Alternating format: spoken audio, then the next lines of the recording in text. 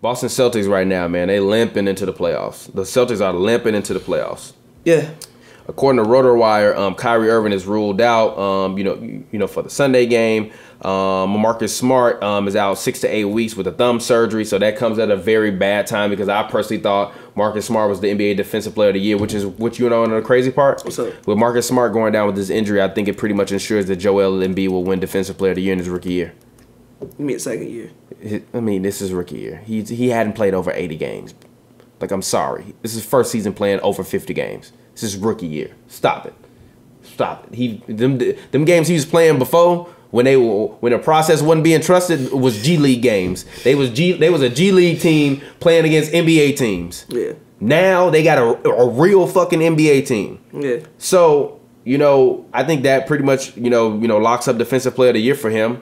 And it's not something where, like, at first I thought it was just people just saying it just because he was blocking shots. But then when you look at the numbers, he's one of the, highest, rated defensive players in the NBA. He's playing 33 minutes a game. He's played more games this year than Steph Curry. He's playing games. He's played more games this year, I think, than James Harden, actually. So Joel Embiid is out there on the floor. Marcus Smart was one of those guys that you looked at like a Klay Thompson to be there every game. So it sucks that he's going to be out because that pretty much ensures that he's not coming back to at least the second round in the playoffs if they can make it. If they can make it there. Kyrie's knee is messed up. Jaylen Brown is still concussed and out from after that terrible fall he took. The Kyrie thing is Daniel Tice had a successful surgery on March 16th on his meniscus, so he's out. He was playing good for them. And although they do have Greg Monroe and they're working him back, into the I feel like Greg Monroe is now starting to get comfortable with this team.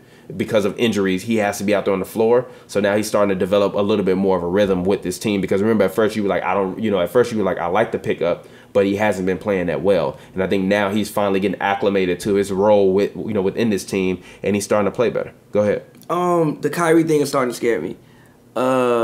Because he's 25 years old and got tendonitis pretty much in his knee. It probably comes from is it the same knee that he broke the kneecap in?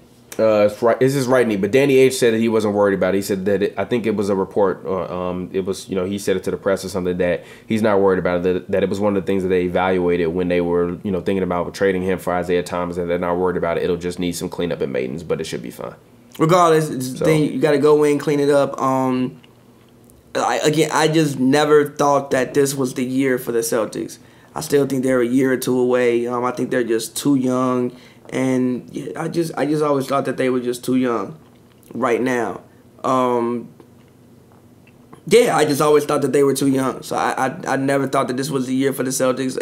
It sucks they have to get hurt at this time of year. One thing I think we all saw with Marcus Smart is he's earning himself some money. Yeah.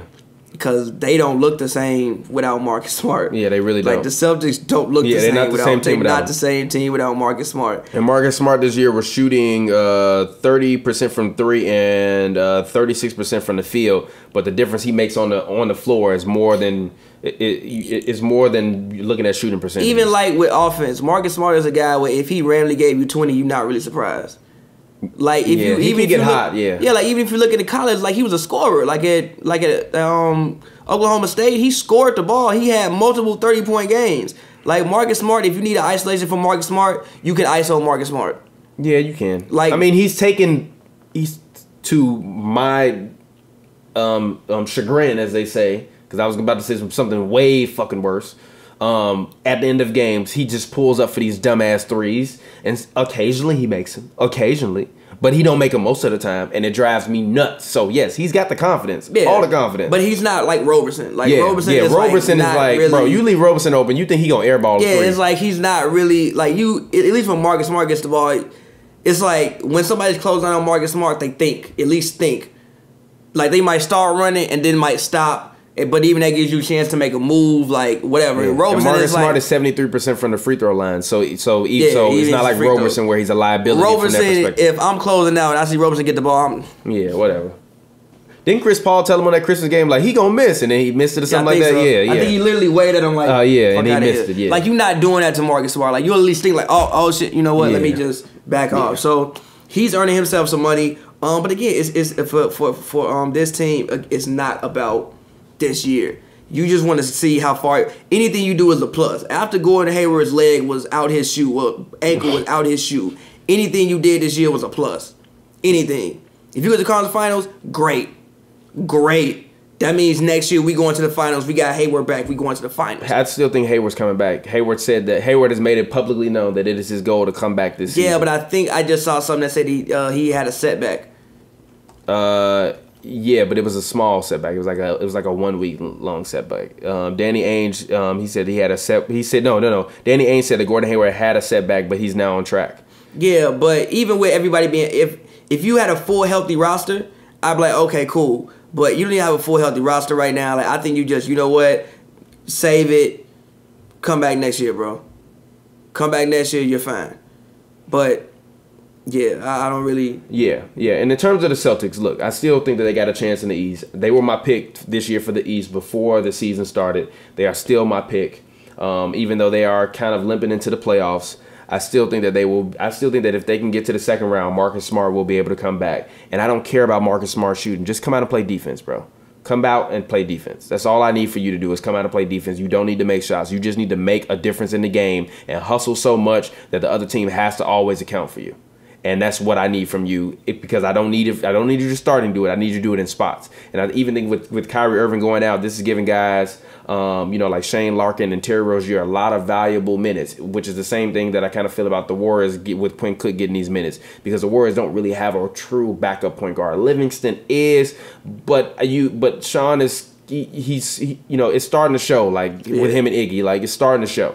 But if Quinn Cook can come out in a playoff game and give you 15 off the bench, Quinn Cook done damn near been Steph. Exactly. So I think 50 points is the past 2 games. He's like 11 for 18 from crazy. Yeah. So like Terry Rozier has that level of dog in him.